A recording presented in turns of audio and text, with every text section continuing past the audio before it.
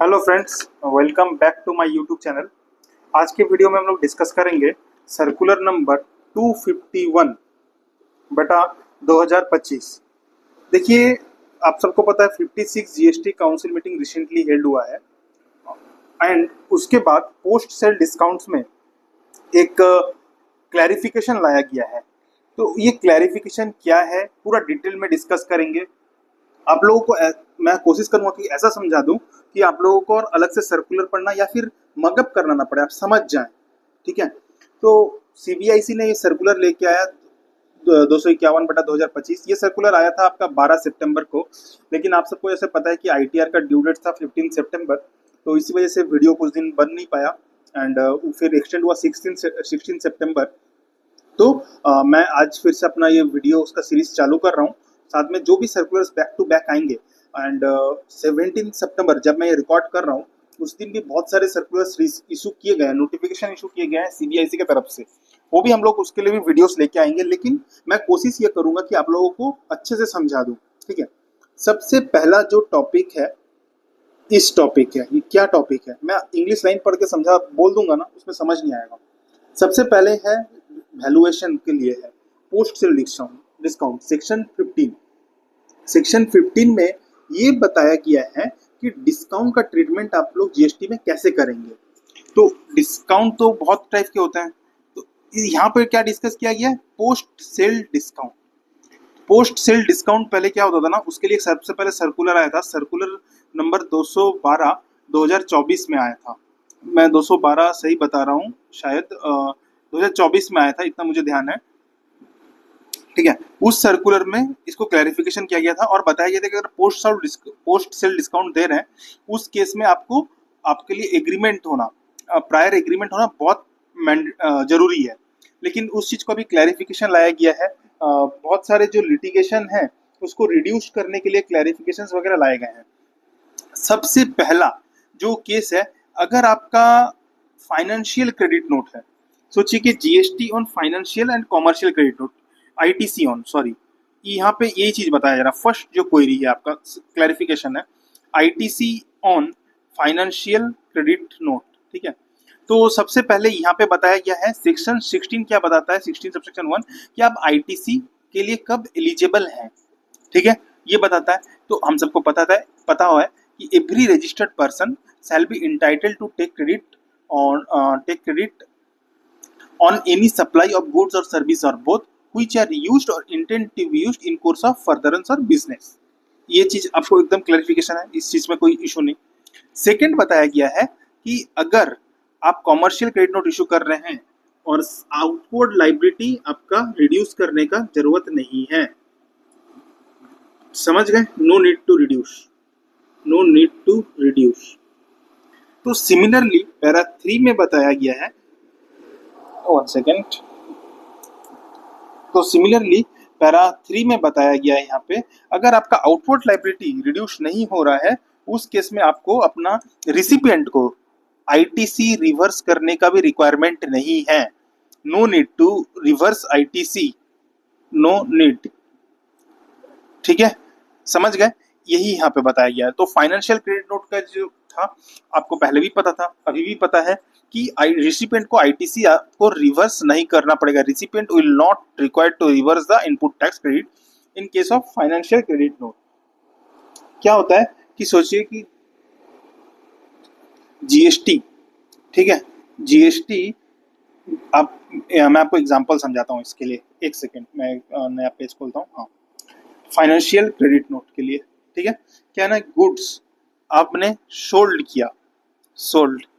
To A, B ने good sold किया ए को, ये हो गया रिसिपिएंट, ये सप्लायर। ठीक है, कितना रुपया का, ₹1,00,000 का। बाद में बी ने ए को, एक सेकेंड मैं आपको अच्छे से समझाने, बाद में 10,000 का एक फाइनेंशियल क्रेडिट नोट दिया। फाइनेंशियल क्रेडिट नोट देने से जीएसटी स्टील ऑन ₹1,00,000, क्योंकि फाइनेंशियल क्रेडिट नोट की वजह से आपका जीएसटी का आउटवर्ड लाइबिलिटी रिड्यूस नहीं हुआ है, तो उस केस में क्या होगा, ठीक है, आउटवर्ड लायबिलिटी। तो जो रिसिपिएंट है या फिर ये जिसको डीलर बोला जा रहा है, dealer keep the full ITC. मैं ये फर्स्ट केस समझा रहा हूं, ठीक है। और सप्लायर को अपना सप्लायर को आउटवर्ड लायबिलिटी रिड्यूस नहीं करना है। अंडरस्टूड?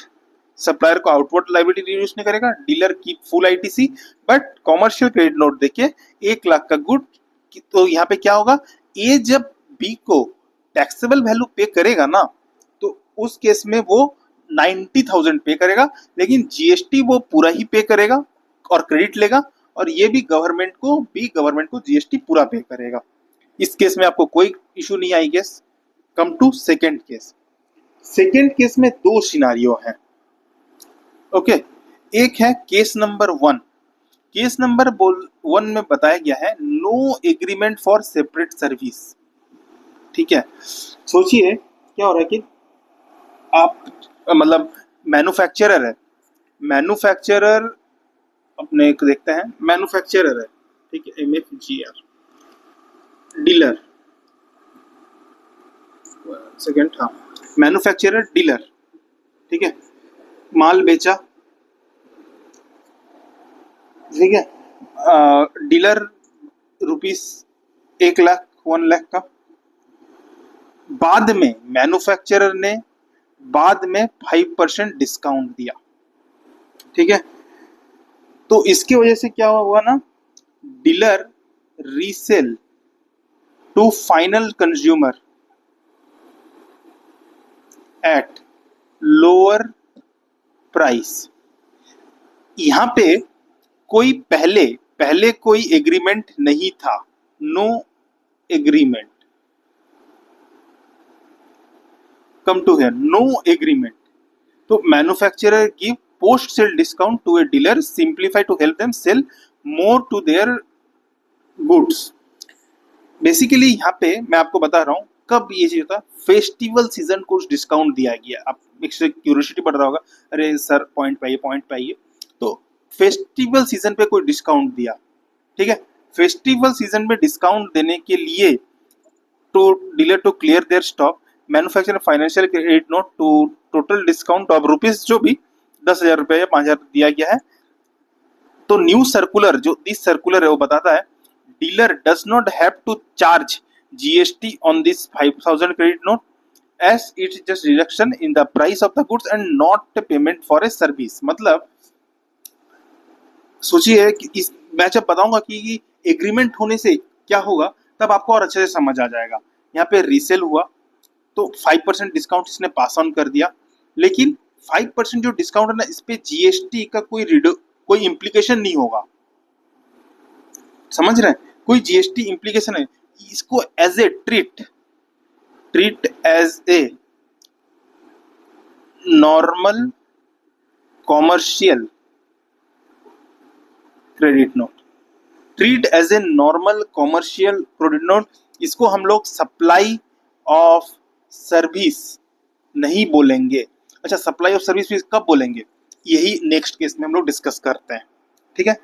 नाउ मतलब इसको बोला जा रहा है, इसमें और एक चीज मैं बता देता हूँ। डीलर, मैन्युफैक्चरर डीलर को सेल किया, डीलर ने फाइनल कंज्यूमर को सेल किया, तो इसको बताया जा रहा है as a principal, P2P, principal to principal, मतलब service, principal to principal sale. इसमें कोई मतलब क्या बताएं आपको, इसको इंडिपेंडेंटली, मतलब ये एक ट्रांजेक्शन है, ये दूसरा ट्रांजेक्शन है, इंडिपेंडेंटली माना गया ये 2 ट्रांजेक्शन को, ठीक है। Now come to third point, जो है case number 2, with an agreement, one second, second case है with an agreement for a specific service. सोचिए कि एक कार मैन्युफैक्चरर है, ठीक है, जो क्या ना want to launch a new electric car to boost sales promotion. The first customer will get, जो पहला कस्टमर है उसको 5,000 रुपया का डिस्काउंट मिलेगा डायरेक्टली, ठीक है। तो ये तो हो गया आपका क्या ना, और ये क्या ना, ये एग्रीमेंट में लिखा हुआ है, डीलर के रिटेलर के साथ ये एग्रीमेंट किया हुआ है, ठीक है, कैसे हो रहा है? मैन्युफैक्चरर है, एग्रीमेंट है, ये हो गया डीलर। एग्रीमेंट है कि भाई जो कार है, जो फर्स्ट जो भी खरीदेगा, 50,000 का कार है, ठीक है, सपोज फर्स्ट जो भी खरीदेगा कस्टमर, उसको आप 45 में बेचोगे। फाइनल कंज्यूमर, इसको आप 45 में बेचोगे।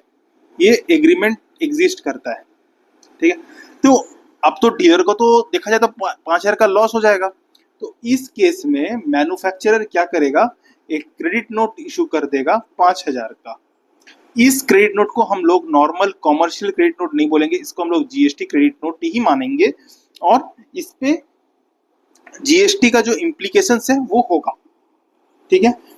Fix the final price and manufacturer फिर रिम्बर्स कर दिया, डॉक्यूमेंट्स एग्रीमेंट्स क्लियरली, इसको हम लोग मतलब क्या बताएं, जीएसटी का ही पूरा माना जाएगा। इसको हम लोग कॉमर्शियल क्रेडिट नोट नहीं मानेंगे, और ओवरऑल जो कंसिडरेशन है treated as a part of overall consideration inducement, क्योंकि ये प्री एग्रीड और प्री एग्रीड एग्रीमेंट किया हुआ है, तो इसी वजह से। समझ गए यहाँ पे क्या डिफरेंस है in case of non agreement और in case of agreement? I hope आपको अच्छा लगा होगा। लास्ट केस क्या है, डीलर अगर कोई प्रोमोशनल एक्टिविटी करता है, ठीक है, और उसके वजह से कोई क्रेडिट नोट इशू हो रहा है या फिर कोई डिस्काउंट दिया जा रहा है, ठीक है। क्या हो रहा है, सोचिए मैन्युफैक्चरर ने माल बेचा डीलर को 10,000 रुपया का, डीलर क्या किया, अपना वहां पे प्रोमोशनल एक्टिविटी किया है। तो मैन्युफैक्चरर डीलर ने एक्टिविटी किया, एड वगैरह किया है। तो डीलर ने अब क्या किया, इस एड के वजह से एक 500 रुपया का डिस्काउंट दे दिया।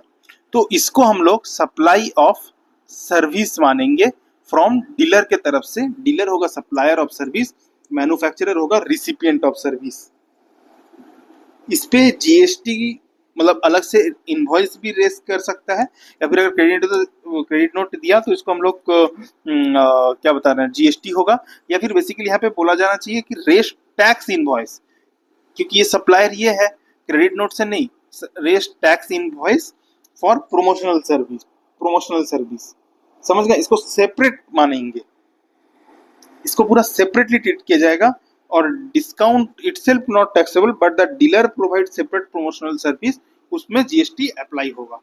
तो बात एक ही है, एक तरफ से देखा है तो नेट ऑफ में बात एक ही है, बट नहीं बोला जा रहा है कि आप टैक्स इनवॉइस रेस करो, क्रेडिट नोट नहीं, टैक्स इनवॉइस ही रेस करना इंपॉर्टेंट है। और डिस्काउंट इटसेल्फ नॉट टैक्सेबल बताया जा रहा है, but the dealer provide separate promotional service, GST apply होगा इस पे, ठीक है। जैसे कार शोरूम में डीलर ने साइन बोर्ड लगाया, एग्रीमेंट, साइन एंड एग्रीमेंट, तो डीलर क्या ना, एडवर्टाइजिंग कैंपेन किया, शोरूम के एक फिक्स जगह पे लगवाया, वेरियस एड्स वगैरह करवाए, तो इसी के वजह से इसको सप्लाई ऑफ सर्विस माना जाएगा। तो ये था एक पूरा सर्कुलर आप लोगों के लिए, ठीक है। थोड़ा सा बीच में क्या हुआ था, कुछ यहाँ पे जब मैं केस 2 लिया उसमें थोड़े से इशू आ गए थे, जो भी है बाद में अपने करेक्ट कर लिए, व्हाटएवर। ये 4 केस अपने डिस्कस किए। एक फाइनेंशियल क्रेडिट नोट में क्या ट्रीटमेंट होगा, अगर आपका एग्रीमेंट हुआ रहा तब क्या होगा, अगर आपका एग्रीमेंट नहीं रहा तब क्या होगा, और आपने जब प्रोमोशनल एक्टिविटी किया डीलर ने, तो उस केस में सेपरेट हम लोग ट्रांजेक्शन ही मानेंगे और सेपरेट सप्लाई ऑफ सर्विस ही माना जाएगा। तो ये था पूरा आपका सर्कुलर 251 बटा 2008-2025, ठीक है। तो इसमें कुछ भी आपको डाउट हो, ये है पूरा समरी। मैं आपको ये भी बता देता हूँ, tax authority clarifies that recipient अगर क्रेडिट नोट हुआ, कॉमर्शियल क्रेडिट नोट, ठीक है, post sale discount manufacturer to dealer generally reduce the dealer sales price are not consider for inducement और seller supply to end customer except where manufacturer has direct agreement with the end customer, ठीक है, कि भाई directly आपको Rideau pass on करना पड़ेगा, उस case में आपका जीएसटी का जो भी इम्प्लीकेशन से आ जाएगा उस डिस्काउंट पे, ठीक है। और फिर अगर आपने डिस्काउंट और payment not payment for promotional service, आपको अलग से इनवॉइस जनरेट करना पड़ेगा, और डीलर जो एडवर्टाइजमेंट कर रहा है इसके लिए सप्लाई ऑफ सर्विस माना जाएगा, और जीएसटी लगेगा। ये था एक इम्पॉर्टेंट डिस्कशन आप लोगों के लिए। Thank you friends.